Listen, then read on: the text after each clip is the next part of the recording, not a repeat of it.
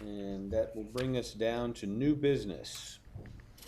And first item on new business is the campus improvement plans.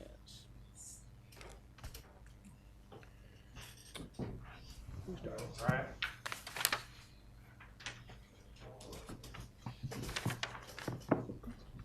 Inside your board books, you should have gotten a larger version of our campus needs assessment and the campus improvement plan as we have drafted for this year.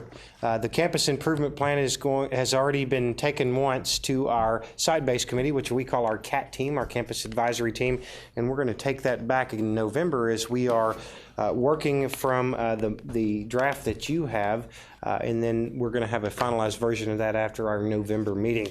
But our campus improvement plan is rather large. You've got 30 some odd pages of the campus needs assessment that we did from the end of last year to recently when we've got our accountability scores and ratings back and all those reports. But we're not going to go through that entire plan tonight. You've got a lot. I've given you a one-page document, which is the most important. We have lots of needs and we have lots of strengths. I think our strengths have to do with our student diversity and in a lot of the successes we've had in academics, athletics, fine arts, and all of the areas. But we have some areas of improvement. In 2018, we had a kind of a historically low graduation rate of 91.1. That has come up again in 2019. We don't know what those final numbers are until we actually get next year's accountability report, but we know that we have graduated more students. But we have three goals. One of those is, we call this our targeted improvement plan. So within our campus improvement plan, we have three targeted goals, and that has to do with student achievement. Goal one is regarding our 4-year and 5-year and 6-year graduation rates, all which are on accountability. We've already started some of our key strategies, going back to the opening of the Wildcat Success Center, and we've also added our Community and Schools program, and we are providing some support for our students to get to the root causes of the problems that are keeping them from graduating. She is already working with over 60 students individually in her caseload.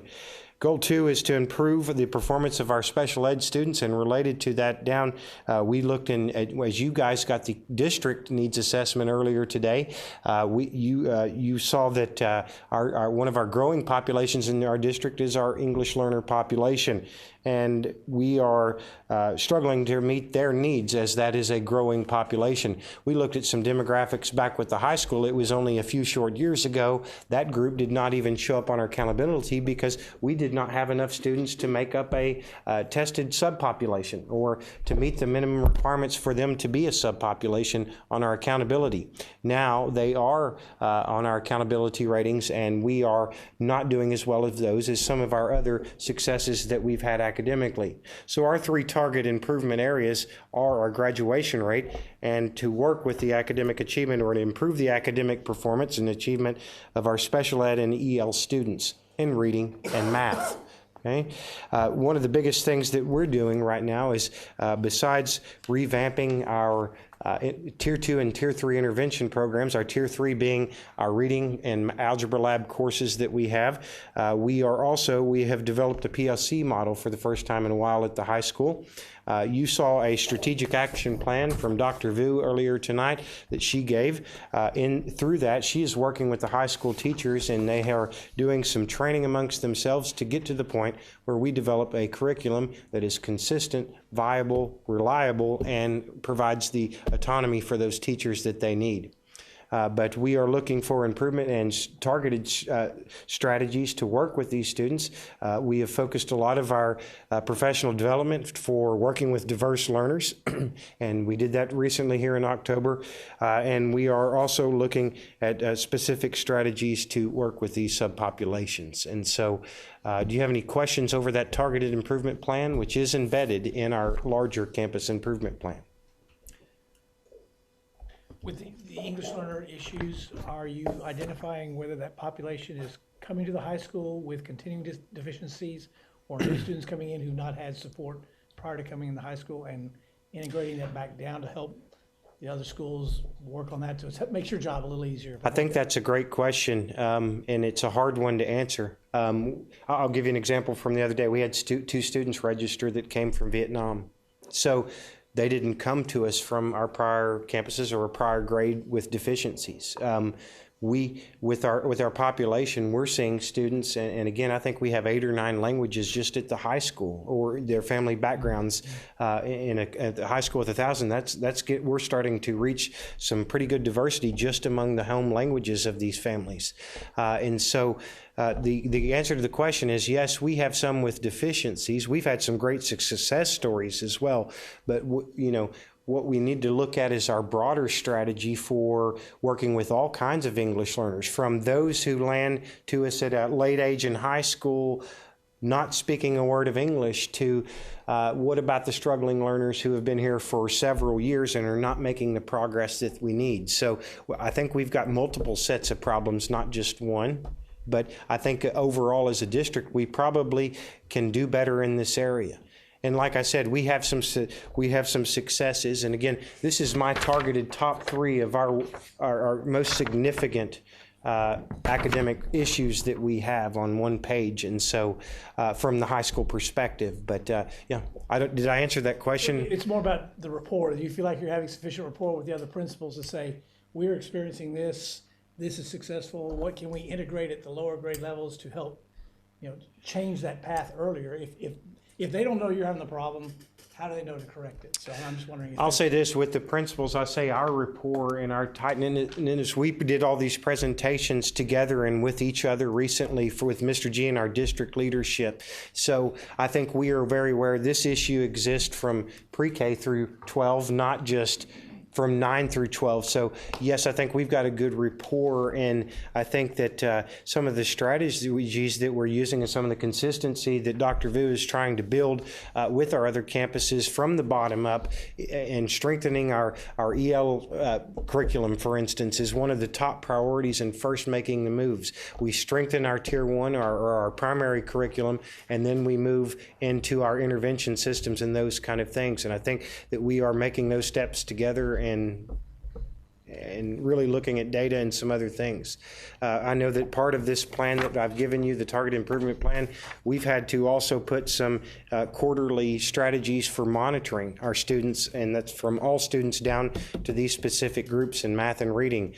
And we've got a plan in reading. I know that they are using a program called Reading Plus, and then they are using some of the state's interim assessments and STAR results and some other things, so that they do 4 quarterly checks, so that we're using data more to follow the kids and see how they're doing through the year. So developing better assessment systems is the other part of this. Did I answer your question or just talk a lot? I don't know. You can do both. Did both. Did I wear everybody down and listening? But I hope that I answered that question. But this is a pretty tight-knit group. It's the best thing I've got. The best thing. The thing that's helping is, we have weekly principal meetings and PLCs where we are targeting a lot of these areas, and a lot of good discussion and a lot of team building amongst our principals as well. The district set out a structure, and like Mr. V said, every first of the month we meet with district leadership and grade leadership. Principals are involved, and then we go into a learning session with Dr. Vu once a month for our own professional growth, and then we have a more strategic, just principal-only campus kind of campus issues and concerns that we meet with Mr. G and Dr. Vu with, and we bring in, if it's a technology issue, we may bring in Brian, but we've got weekly basically communication from the campus level, the district level now, that's very arranged in a pattern, if you will, that the first week of the month we're going to do this, second week of the month we are going to do this, but we now have weekly structures for communication from our lower campuses to the district leadership. Thank you, Mr. King. All right. Anybody else? Time out. Skip down to item E and allow April to come up and talk to us about the Education Foundation. I'm sorry, April. I had a note and I got caught up in my board book. I thought you were going to make Not that she's not finding this extremely interesting. I'm sure she is. It all's very like to interesting. stay, but I guess I'll go She's texting her home. husband right now, say, sorry, honey, I He's might not get home home either. sometime today. He's not home either. For bed. Yeah, so the Kennedale Education Foundation has on your agenda to approve funds. We are, we just finished our grant cycle for 2019, and we are planning on funding $26,333 worth of grants up to $27,000.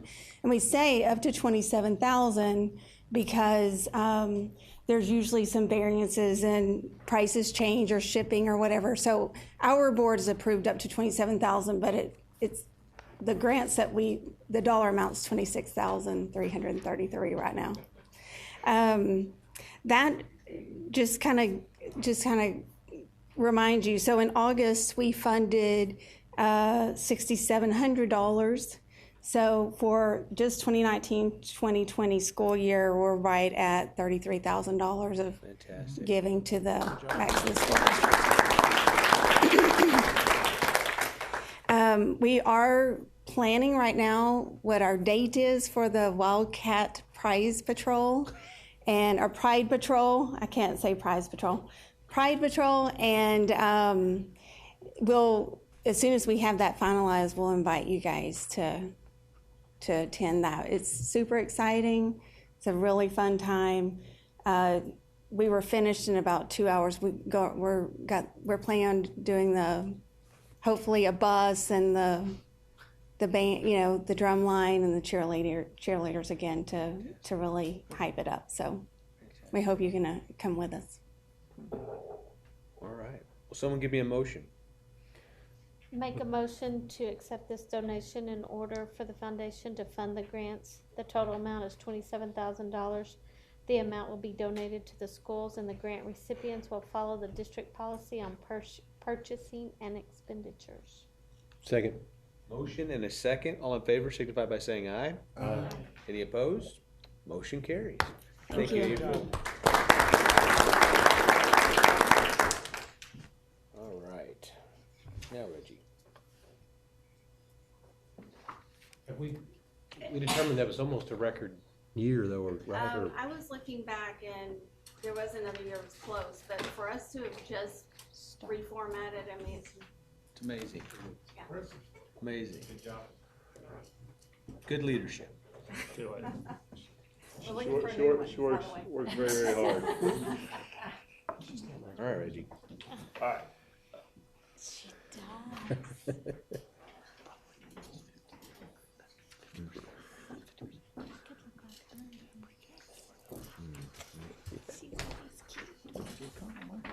All right.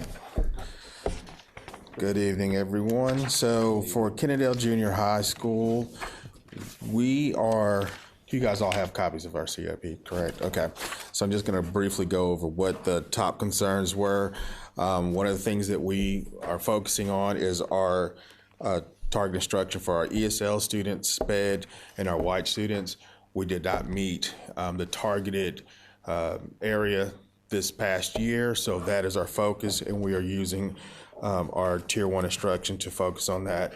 The way we're supporting our teachers is through our walkthroughs, and we'll be doing our data talks where we're looking at all the information that we're getting from our benchmarks, our CAs, and of course, things like grades and past STAR exams.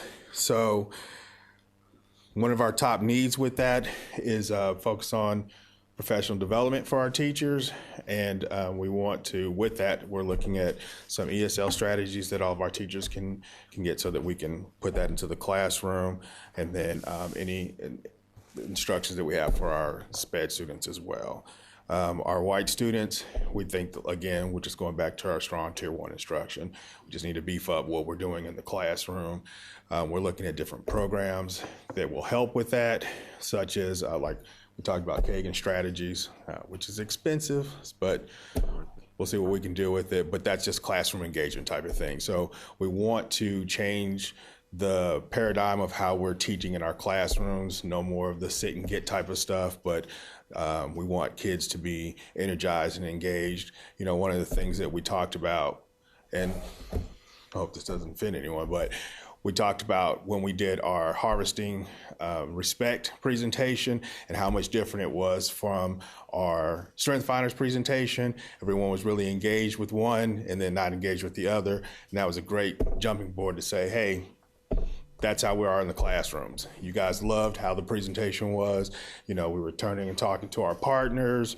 You were doing some critical writing, all those things, whereas you were doing the sit and get in another presentation, everyone was bored out of their mind. So those are the types of things that was just a great example of what it is that we're looking at doing. So our top goal, like I said, is to increase all academic performance for all of our students, focus on ESL students, special education, and white students. Any questions? It's a good learning moment there. Absolutely. Yeah. Absolutely. So I still thank Kegel where's Kegel? For bringing the strength finders. It was interesting to me, but just the delivery wasn't. Any good teacher will tell you that. King on the bad presentation. All right, Sherry. Smaller setting. And then Not good. doing it with a larger setting. Who ran it?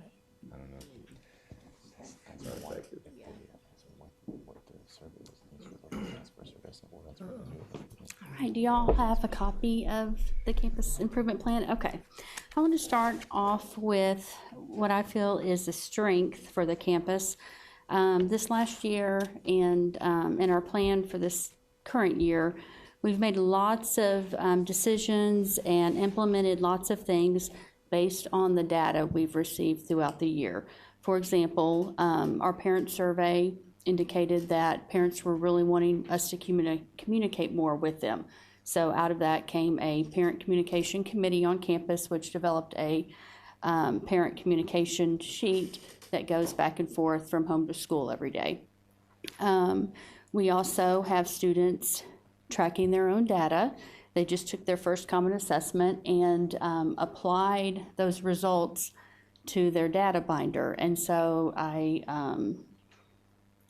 need to talk to the students a little more about that to find out what their thoughts are, but hopefully we're making some connections on these are the things I've mastered, these are the things I need to continue to work on.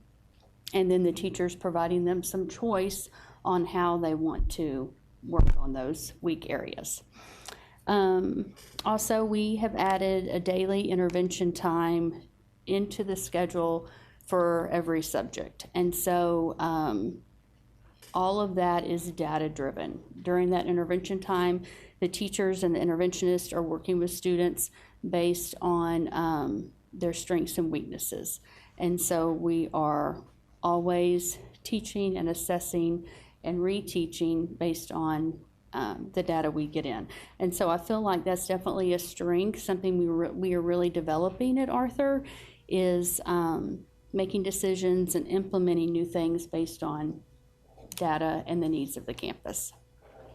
We are also a campus that needed a targeted improvement plan, and so most of this is under Goal 1, which is our student achievement. We want to provide quality Tier 1 instruction and purposeful intervention to ensure academic mastery for all students in reading and math. And so we have lots of strategies to do that, but looking at Objective 2 and 3, that's where we have embedded our targeted improvement. We need to show some growth in our white and Asian subgroup in reading and math. We were close on the percentages, but we still have a little room to grow. So we're focusing on those two subgroups, and then also our economically disadvantaged. We were a little closer to the target with our students that are economically disadvantaged, but we have lots of great strategies to help meet those goals. Any questions about that? All right, thank you. Thank you. All right.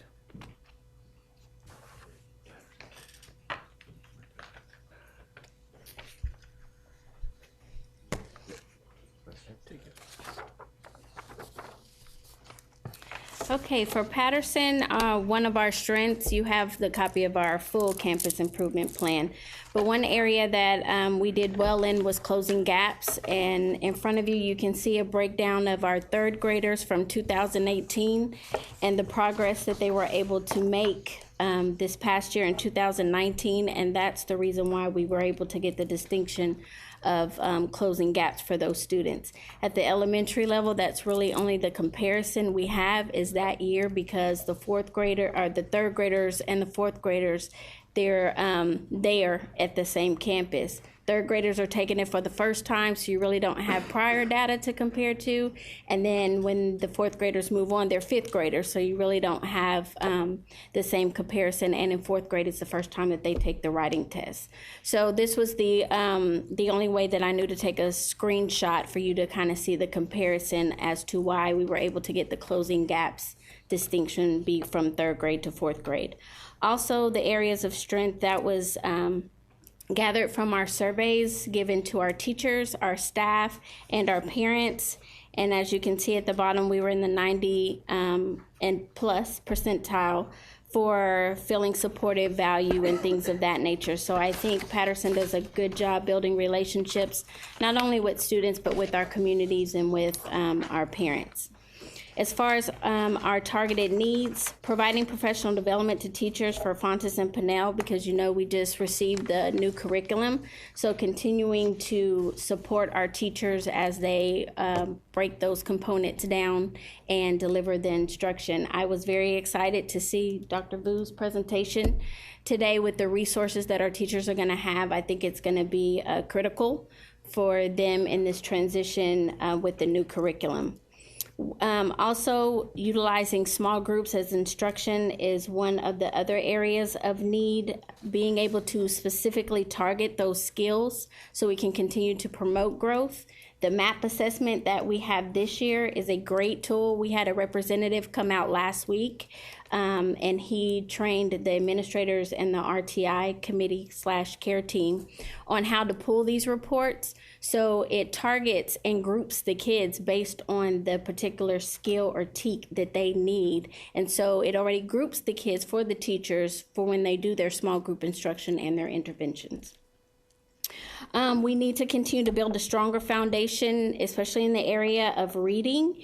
We have purchased Letterland, the district purchased Letterland, and we feel like that's going to close some of those phonemic awareness and phonics gaps that we're seeing at the lower level that is causing there to be a bigger gap as they get older in the area of reading. Can you explain how Letterland is different to them? You say you want me? Yeah. Oh, I thought you said you.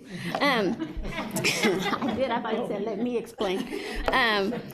So Letterland is, right now it's K through 2, and it is a phonics-based program that the kids are doing 20 to 25 minutes. It's very scripted, it's animated, and it's breaking down the sounds of the letters, because a lot of times kids are identified second grade as maybe characteristics of dyslexia, and we're finding that a lot of that is just the foundational skills that they're lacking and not necessarily that they have characteristics of dyslexia. So it's only K through 2 right now.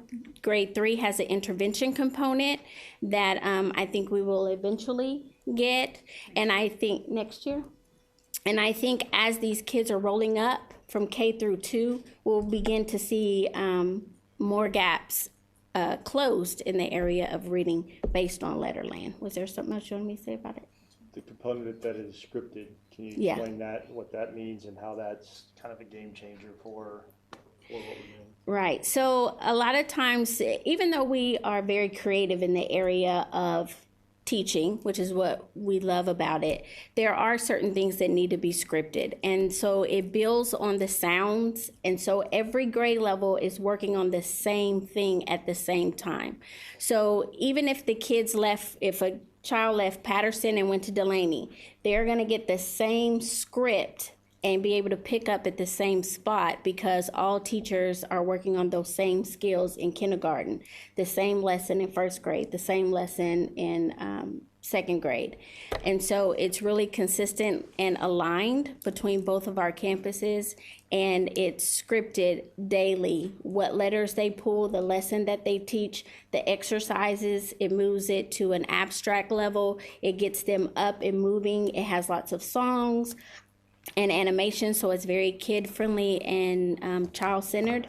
And it has like Map Man is one component of it, and so it has where they are able to create these letter characters, and it helps them remember and retain that information of that sound. So when they are moving to the reading aspect of reading books, they're able to retain and remember those songs and remember those chants and remember, oh, this sound makes this, and so they're able to apply it better. But the scripted part takes all the work out of it and makes it very rigid for the application of the program. You're adding phonics back into reading? Is that what we're bringing phonics back? Well, I don't want to say we're bringing it back, but we're going to put more emphasis on that area. Fidelity. Yeah. Yeah.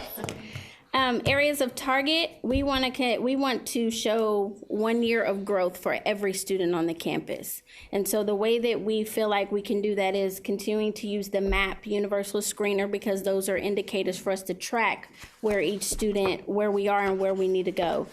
And so there's a list of the different things that we're going to use to promote and continue to measure that goal. And then providing time during the semester to plan vertically, that's something that we have not been doing, and it's really imperative, kind of the point that I think you were talking about with Mr. Cagle, aligning from the lower grades up to secondary, but we need to do a better job at the elementary level, making sure that we're aligned from pre-K to 4 or K to 4.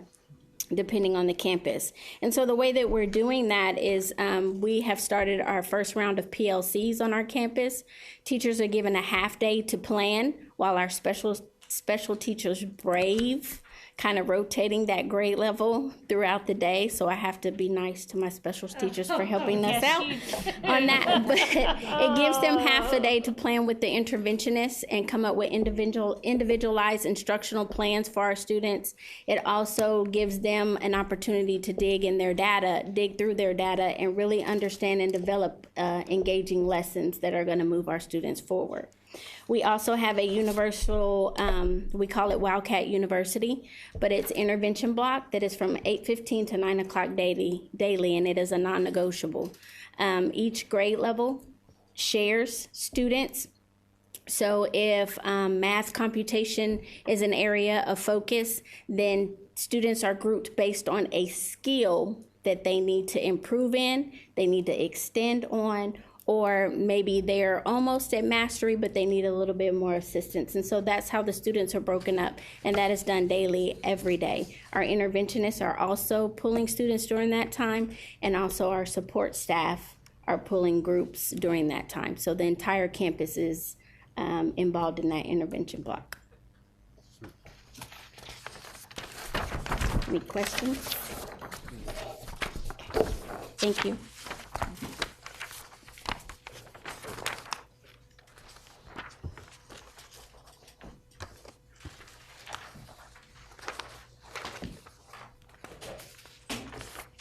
Okay, good evening. I know you had the CIP, but I handed you, I had a PowerPoint that kind of broke down the goals, but then I was instructed to do a one-pager, so then I've condensed it more to that top page. What we'll talk about, I was asked to discuss a strength, an area of opportunity, and a goal. I would say for Delaney, that our strength really was student achievement. We performed very well. The teachers have done an incredible job of Tier 1 instruction and preparing our students to be successful. We had 4 out of 5 distinctions. Our overall rating was an 87 and a letter rating of a B. So we want to continue that strong Tier 1 instruction, partnering with the curriculum department too. The teachers do a great job, but really they've gotten a lot of new resources. We want to train them on strategies and support them, and that has been an area of need. And on our surveys, teachers were asking for that. So thank you to Dr. Vu and her department for having a plan for that. We're excited about that. But in saying so, area of opportunity is academic growth and attendance rate. On the distinctions, attendance is one of the criteria in all the distinctions, and we did not meet it for attendance in any of the criteria. We met our distinctions for the other criteria, because it may be 2 out of 3 or 3 out of 4, but attendance was not one of them. So we are focusing on attendance, and then academic growth as well. So we want to focus on those 2 areas specifically. In the area of academic growth, we have just finished our MAP screener, beginning of the year screener, and we're looking at that to help us determine which students need additional support. We are tracking all our subpopulations and seeing where they are. We have like a heat map, so depending on the area of concern they are, or maybe they have special services, so we can look at a student and immediately see, and we meet once a week to review student data and look and see what support students need, if they need to be tiered, what type of intervention, and it drives the instruction of the differentiation. The MAP also, screener also correlates it to, are they do not meets, are they approaches, are they meets, based on right now where they are, where do they fall, and then breaks it down for individual needs. So we're utilizing that in PLC meetings and at our RTI meetings to really look how we want to work with our students for their individual needs. We also changed our master schedule with our intervention time. Last year we had intervention time at the same time, which is a great idea, I guess, getting started, but when the interventionists are needing to pull those Tier 3 students, they're having to pull them out of class at other times. So we've staggered our intervention now so that all students are getting intervention at each grade level at different times. So whether they need to be extended because they're above grade level, they can be enriched. If they need more of the pull-out intervention support, they can get that if it's with the teacher. But that is staggered, so that increases all students need strong Tier 1 instruction regardless of where they are. So that increases that time as well as meets their needs during intervention time. Attendance is also an area that we want to focus on because that correlates with some of our students that struggle the most. Also, many times have attendance issues, and so we want to help intervene with that early on. We've already had 2 days where we've gone and had home visits just to see what barriers are in place. Is there a way that we can help? Whether they need a bus application, do they need an alarm clock? What can we do to help them, and just to help them understand the importance of being at school, because if they're not in their seat, they can't learn, and there's no replacement for the engagement that and the instruction that the teachers have. We've also started some incentives. We also created an attendance discipline committee for the teachers to work with Ms. Wells, our assistant principal, on some other incentives that we can do to on the preventive side of attendance issues. And one of the things, and I know April's gone, but we in the morning are having fun STEM activities for them as they're coming into school. And that was one of the grants that we received from the Education Foundation, was the STEM bins. And so all the kids are excited at getting to school and want to get to school early so they can get in and do these activities. And so trying to make it a fun, learning, exciting environment and to get there. And we all know, as y'all know if you've had children, if they want to get somewhere bad enough and want to be somewhere, they will encourage their parents to get in the car and let's go. So anyway, we've been excited about that too. Can I just say something right there? Yes. I've noticed, I know Patterson did it, but I know y'all posted this week that some of the high school students have come over and I Yes. think that is great because, you know, it makes those kids look up to them. They'll be there tomorrow morning, That- greeting the I think that students is and impor- high-fiving the students on the way in. I know that's hard to manage, but I mean, it's very valuable. I It still think. gives the younger kids almost a hero Absolutely. to look up to, and you know, a lot of times with football players and stuff like that, that's where they want to be, and giving them that type of encouragement at that young of age. You know, Or if you could have seen their faces coming up as the football players in their jerseys were standing there, it was very exciting. And I did want to kind of add to what Mr. Cagle was saying about our EL learners. And we do, even at our elementary campus, we have students with various home languages. We do have a high percentage of Spanish speaking, and we have bilingual that goes up to second grade. I know Dr. V, we're reviewing that as well. But that is one of the areas of tracking that we're doing this year is with our EL students as well, and just making sure that we are intervening and we are giving them supports that they need. But one of the things, and it's on my kudos in the other report, Ms. Wells and Ms. Cruz, just some strategies they're using with our EL learners to help them with their speaking and with their TELPAS testing as well that they're already working on with the students has been very successful, and the kids have really enjoyed that. So if we get to do that part, you'll hear about that later. Okay. Do you have any questions? Okay, thank you. So we had the report from all of them. There's an action item right at the top of those to approve those. Need a motion? Make a motion to approve the 2019-2020 campus improvement plans as presented. Second. A motion and a second. All in favor, signify by saying aye. Aye. Any opposed? Motion carries. We can bump down to C and D on this. C and D, okay. Let's go down to item C here, which is the first stage financial accountability rating. 17 or 18 years ago, the state came out with the financial integrity rating of Texas first.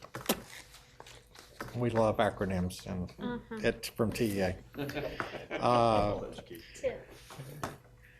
Kennedale scored 98 out of 100 possibility.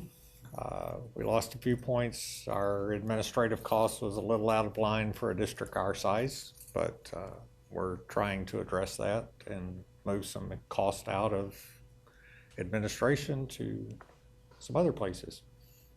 Kind of properly reflected. Probably in a place that's more, well, it's advantageous for us as far as the first rating, but it has to do with cost related to certain programs that have been just stuck into general administration. This is a public hearing. If there's any questions from the public or from the board, there's no action to be taken. It's just to say we have a superior rating. Of course, I can't take any responsibility for this because this is last year's data. This is Sue's report, so next year it'll be half and half. Any prediction for next year? It will be superior. Good. I'm not sure that we're going to get rid of that 98 because I wasn't here for the entire time, but going forward, Our we audit should. will be coming up, and we'll have it at the beginning of January. Yeah. The auditors will be here on December the 9th. I don't think they can get it together by the 19th when our regular board meeting is, so they'll probably come and present in January. We haven't talked about that. Those are the two big financial components that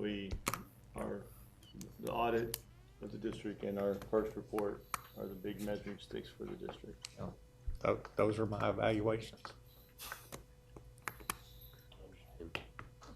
More than you wish you did. Anybody in the Public? All right. Thank you, Jimmy. While Jimmy's up, though, I heard a joke today, the difference between an accountant and a lawyer. The accountant knows he's boring. That's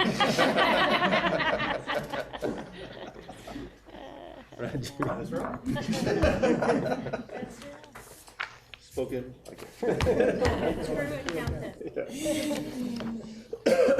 All right. Let's look at the state waiver for class exemption.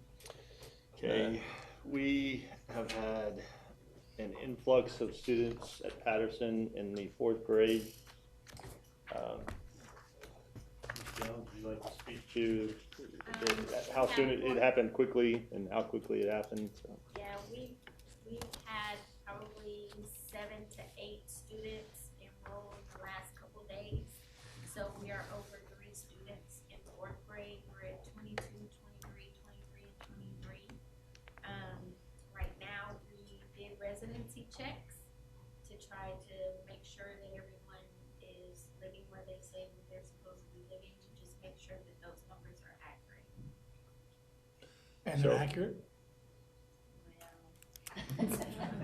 Some, but I sent out 6 letters asking for proof of residency because there was some doubt if the information we were presented was accurate. Great. So we're waiting on some of those. I did have 2 withdraw today, but they were not in 4th grade. I have a meeting with a parent tomorrow morning about one of the 4th graders that received a letter. So that's where we are. We're still going to be over as of right now.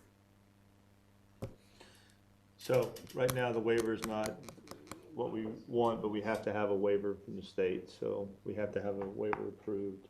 We will, if everything checks out with the students and this is our class sizes and what we have, we will be looking at hiring another teacher to sit there and try to move in and disperse the class sizes. But right now, at this point in time, it takes time to get resumes, interview, hire people, and by that time, we're looking at it may be before, this first of the year before we can get to that. So you might be back down. Okay. Are we shifting to Delaney or just within the district? With who do you shift? And we've looked at these options before when we were looking at the kindergarten sizes, and then. But if anybody else came in, like tomorrow, 4th grade, could you say, you're going to Delaney? And I mean, it'd not be an option? You're opening a can We don't want to of cross the Tennessee. Just asking. We weighed all these options whenever we were looking at the kindergarten class sizes, and that was not something we felt was advantageous. Now, this does bring up another discussion, which we can have another time, but having the 2 campuses and not being able to disperse some of those students between is problematic. Mm-hmm. But we've had this discussion before, again, looking at what's suggested, it's, approve a waiver for the year.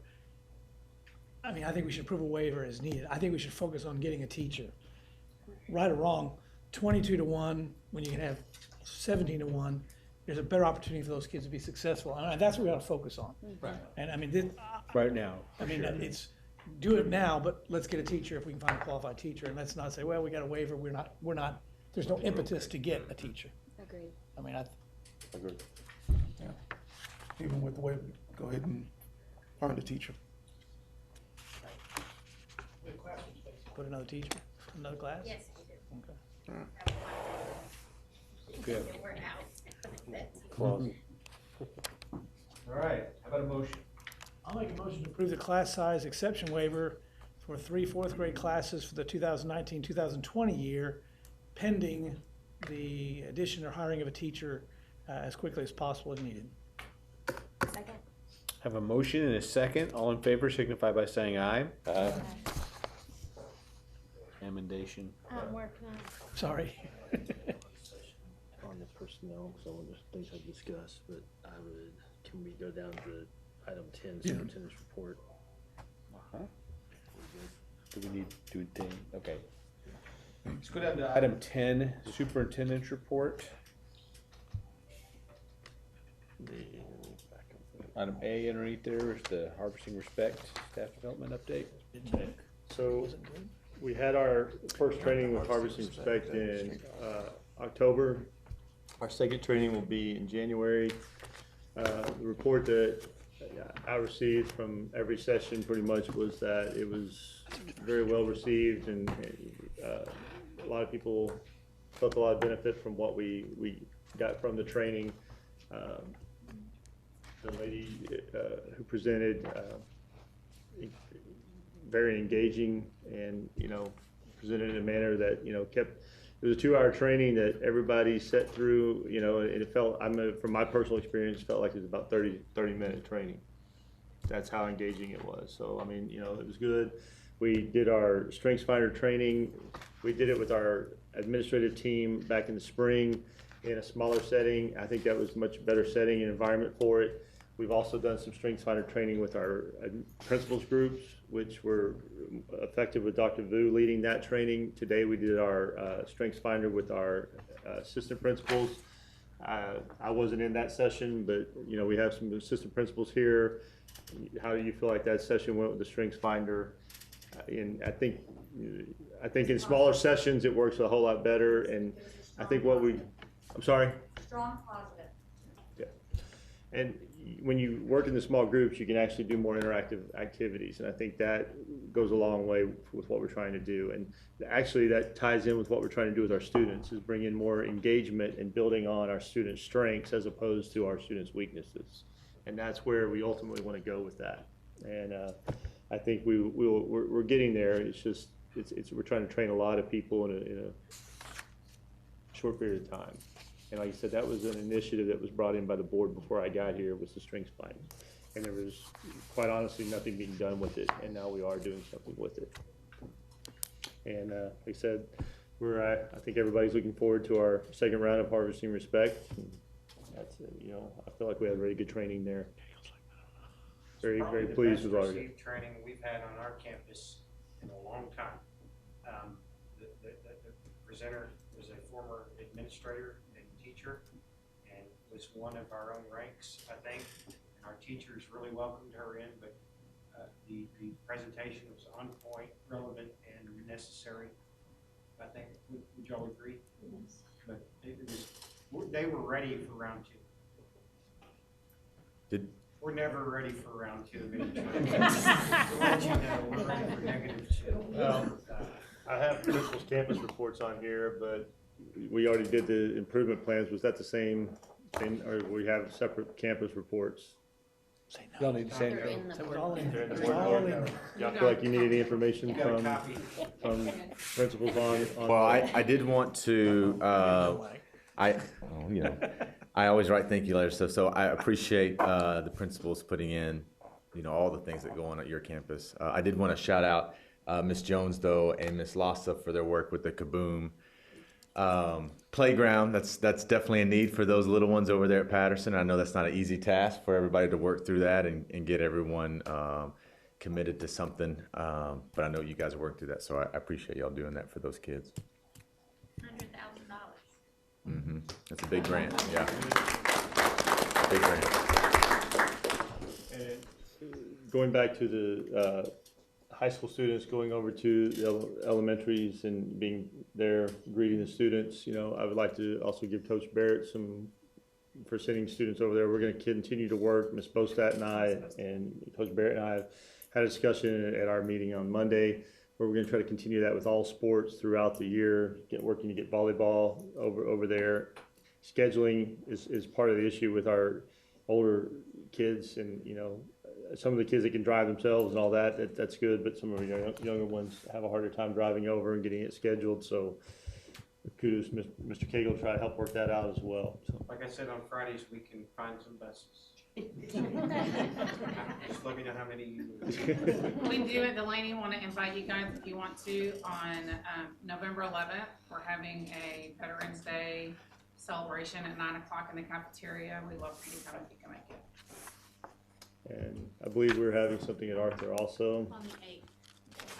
I believe it's the 8th. Yeah. Ours is on the 11th. Ours is on the 8th. Ours is on the 11th. Which brings me to our next item that I would like, and I'm going to turn this over to Tracy on this item. So I created an interactive board activity calendar in Google Drive. Brian set up Google accounts for you, so you now all have access to this document. I'm gonna be adding things to it weekly. It's continually gonna be updated. I noticed that even from when I put stuff on last week to this week, locations have changed. So if you look at it on a Monday, just before you go to the event, look at it again, because sometimes last minute changes happen and dates and locations can change. But if you have any problems accessing the document, or if you have any suggestions that for the document, please let me know. Campus leaders, make sure you get in like that on the 8th. Carrie wasn't on here. And then, What was that? it's a spreadsheet that the board can go on to and say whether we intend to attend, Okay. or that, and then also check it off that we did attend, Okay. just so that we can track that for ourselves and for And I pull the events other people. basically from newsletters, if you send them, or your website. Yes, it is. This That's is. where I'm pulling everything Then from. Tracy too, if we could also, I would like our home games, you know, if the, even junior high games, you know, if we can just get the home games on here at least for athletics. I might do, if you don't mind, I might do like a separate tab at the bottom. I can do a separate tab, Okay. just athletics, Okay. instead of mixing. Yeah. Yeah, It's a good And you're idea. gonna give us our staff information? Yes, I'll talk to you. once we're Individually, finished. okay. Yes. And Tracy, can you I'm add like, the oh. Boo You'll Bash? your same email address, The but Boo then Bash I'll that was set up last a weekend. temporary password I had to for dress up 30 with days, and then suspenders, it'll prompt you to so I change definitely it want once you credit sign for that. And then let's make sure we I guess we would have a current, we'd just be able to get to this through our board book, or I mean, I'd like for us all to be able to look at it during the board meeting and just say, you know, hey, you see that one event there, there's no one that signed, that shows they're going to that next week. So you're talking about it like at each meeting, you wanna have access to this on each Yeah, meeting? just so that we can look at it and say, you know, I don't see anybody intending to, you know, 'cause we wanna come and support these things. It's just, it's if you have a mind like mine, it slips. So, we can do that, you know, just. Part of it was making it interactive so that you all had access to it, could all see it and see who plans on being at it, and that's why the Google shared drive was created for you on this. It should afford the board members the ability to go through and look at things that aren't attended, you know, that way you don't have to show up with everybody, but you can see some things that maybe slip through and you can pick that one out to go to. Have you shared that with us already, Brian, or you're going to? I did. Oh, you did? Okay. She shared it, I've created the accounts. Perfect. And, we'll make sure you can. And I wanna access give it. a lot of kudos to Tracy on this. She's worked very hard on this, and Brian, you know, they're trying to work out the technology component of it, but we got this when we went to HEB when we were, going over there to look at some of the things that they were doing. This was one of the components that they had that we were looking at how we could make it ours, and she's done a great job with it. So. Thank you. That? That's a good Oh, tell. I thought you sneezed. And that Okay. basically, now if I think that we're done with everybody, if we can go into closed session. We're gonna go into closed session, and I think we'll just stay in here, so. We'll give you 5 minutes, so. Or, We're gonna go into, Like your prescription. October